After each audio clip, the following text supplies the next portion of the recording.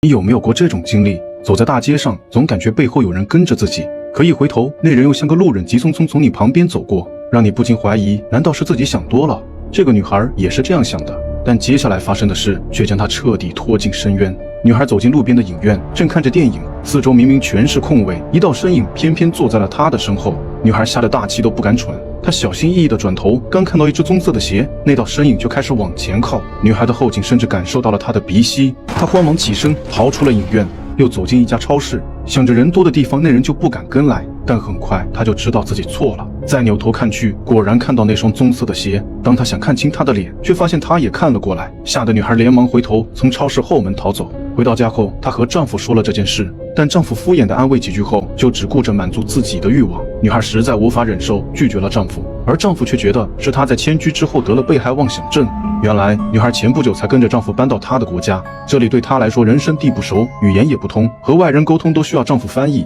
而就在搬来的第二天晚上，她发现对面楼的窗户有道人影一动不动地看向这边。起初她没太在意，可等丈夫下班陪她去散步时，却撞见附近发生了一起命案。听人说死者是个年轻女子，女孩去网上搜索才知道，这是一起连环杀人案，一个变态专挑年轻女性下手，事害后还残忍地割掉她们的头。目前已有4人遇害。偷窥、命案，再加上今天的跟踪，让女孩越发惶惶不安。丈夫还坚持认为，现实中哪那么容易遇上变态杀手，只是自己吓自己罢了。但在妻子的强烈要求下，他还是跟她来到超市，让员工调出昨天的监控，很快就找到那个跟踪他的人，证明自己没有说谎。He's staring right at me. Or he's staring at the woman who's staring at him.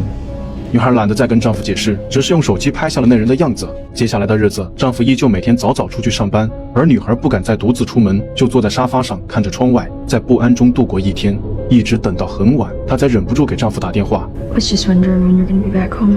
可得到的回复永远是在忙。睡前，她用一把椅子卡在门后。很多人的安全意识都不如这个女孩，当她怀疑自己被人跟踪时，会躲在家里绝不外出，睡觉前还要用椅子卡在门后，防止被人入侵。可当她回到卧室，却发现床上少了一只枕套，下一秒，那枕套就套到了她头上。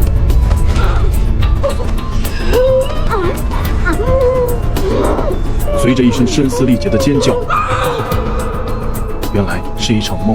惊魂未定的她看向旁边的枕头，枕套还在，她才终于松了口气。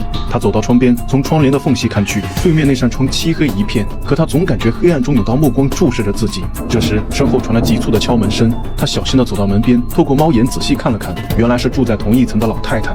老太太嘴里不停说着什么，可她说的是方言，女孩一句也听不懂。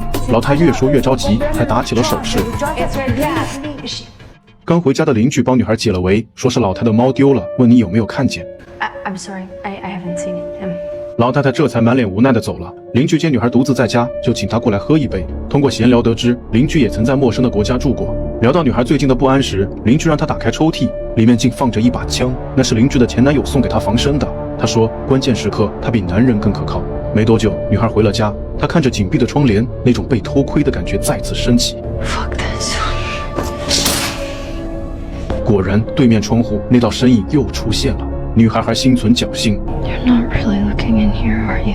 她抬起手，假装打了个招呼，看对面没动静，她才稍微放下了心。就在这时，那道黑影也缓缓举起手，女孩的神经再次紧绷。她终于确定，那道每晚都会出现在对面的黑影，就是在盯着自己。又过了一会儿，女孩丈夫回来了，看妻子坐在黑暗的卧室一言不发，就问怎么回事。当女孩告诉她对面有人偷窥，她二话不说就走到窗边，朝对面比了个手势。这就是他的处理方法，不解决问题，只发泄愤怒，也不管激怒了对方，谁会受到伤害。女孩最终选择报警，拿出她在超市拍的跟踪她的人的照片给警察看，说这个人和偷窥她的人应该就是同一个。但警察问 You could identify his face in a window in the building across the street. 面对警察的质疑，女孩拿不出切实的证据，于是丈夫提出她和警察一起去那人家里看看就知道了。女孩在家等了一会儿，丈夫回来了，果然就是同一个人。 Listen to me for a second. Even if it was him, the guy lives in our neighborhood. It's not crazy to think that he'd be shopping at the same store. You think I'm crazy? No, I think you're stressed and you're alone here all day long. You're in this new country. Stop! Please just tell me what you want me to Want you do. to fucking believe me! 女孩和丈夫大吵了一架，第二天丈夫还是早早去上班，女孩再也不想一个人待在家里，可没想到出门一逛，就看到了那道让她噩梦连连的身影。她决定跟在后面，一定要把这个变态的真面目揪出来。这个年轻女孩正在跟踪一个变态，看变态先在广场喂了鸽子，又去路边一家餐厅吃早饭。她吃完饭后走进一条阴暗的巷子，女孩犹豫再三，还是跟了过去。巷子尽头有一家不太正规的舞厅，女孩发现那变态是舞厅的清洁工。巧合的是，邻居竟然也在这里工作，她是一个舞女。听说女孩来这的原因后，邻居答应帮忙查一下那个清洁工。到了晚上，女孩听到邻居家传来一阵响声，她把耳朵贴过去，敲了敲墙壁。Irina? 女孩意识到出事了，跑去用力敲邻居的门，很快吵醒了其他住户和房东。在女孩的强烈要求下，房东用备用钥匙打开了门，可进去之后却没看到任何人，只有一只猫和被打翻的台灯。猫正是那个老太太前2天丢失的，也不知为什么会在这儿。女孩有点疑惑，难道邻居还没回来？刚才听到的是台灯落地声和猫叫声。隔天，女孩给邻居工作的地方打了电话，但还是没有她的消息。不久后，一个男人来敲邻居的门，一番交谈后，女孩得知他是邻居的前男友，两人本来约好昨晚见面，他却被放了鸽子。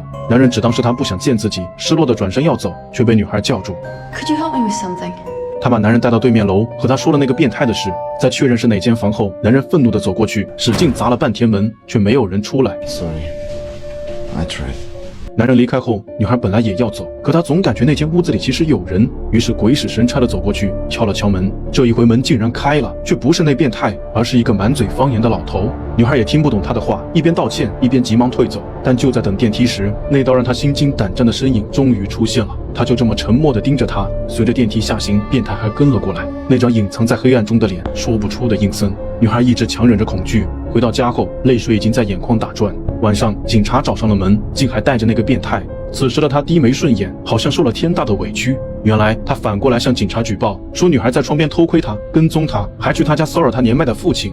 警察只当是邻里纠纷，摆出一副和事佬的态度，让他们私了。变态上前一步，向女孩伸出了和解的手。在警察和丈夫催促的眼神中，女孩也只能伸手回应，和变态握手言和。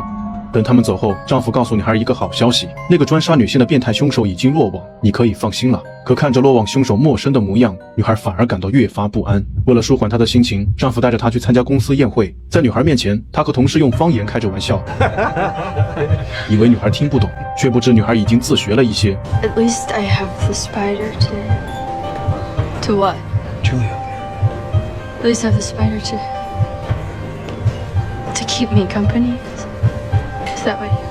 她万万没想到，丈夫一直觉得她得了被害妄想症，还拿这个和同事们开玩笑。看着丈夫被揭穿后尴尬又愤怒的脸，女孩失望至极，转身离开。回去的地铁上，她又累又困，可旁边车厢一道端坐的身影让她瞬间惊醒，连忙起身想提前下车。这时，变态也发现了她。当地铁停下，门却没有打开，只听语音播报着什么什么故障，静待维修。女孩强装镇定坐了下来，但越来越近的脚步声就像踩在她的心上。变态就坐在了她对面，空旷的车厢里只有他们2人。变态开始自顾自诉说这几天发生的误会。我看你在窗边向我招手，我以为你是在打招呼，就回应了一下，可没想到你还要跟踪我，骚扰我父亲。后面的话女孩已经听不进去了，因为她注意到变态的塑料袋里装着一个偏圆形的物体，越看越像一颗人头。 I felt that what I really needed was an apology. 女孩没想到变态竟然还让自己道歉，但心中恐惧还是让她说出了屈辱的那句 I'm sorry. 终于地铁恢复正常，女孩匆匆下了车。回家后，她立马收拾东西，打算明早就离开这个鬼地方。这时隔壁传来悠扬的音乐，她以为是邻居回来了，想着临走前和这个唯一的朋友打声招呼，却发现邻居的门没锁。穿过昏暗的客厅，她看到邻居坐在椅子上，毫无动静的躯体和空荡荡的脖子。女孩被这一幕吓懵了。当她醒来，自己被塑料袋套着头，变态就站在面前，用冰冷的声音让她保持安静。 Irina screamed. They had to hide in that closet while you were all looking around. 变态拿开了塑料袋。就在这时，隔壁传来丈夫回家的声音。女孩说不出话了。她想用手去拍打墙壁，却被变态拖走。丈夫还在家里寻找，完全不知道发生了什么。在变态戏谑的注视中，女孩用全身力气爬上客厅，前面的柜子里就藏着邻居的枪，但她似乎拿不到了。看女孩彻底安静下来，变态躺在她旁边，就像欣赏一件自己得不到，干脆毁掉的珍贵艺术品。当变态站起身，他突然看到对面窗有人正看着这边，好像目睹了刚刚发生的一切。那是一个年幼的小女生。这一刻，变态确定了自己下一个目标，他洗去手上的血迹，准备过去。这时，女孩的电话响起，铃声在阴冷的房间回荡着。电话是丈夫打的，此刻她也听到了隔壁的手机铃声，走出来一看，恰好撞上出门的变态。这种情况，就算是傻子也知道有问题。他刚要上前问个清楚，变态扶墙站稳，阴狠地看向身后，但等待他的又是一枪。他的狠劲终于伴随生命一起流逝，一屁股瘫到了地上。屋里，女孩正举着枪，在邻居的惊呼和丈夫惊恐的眼神中，她走了出来。这一刻，她的眼里充满冷漠、麻木，如释重负，唯独不再有恐惧。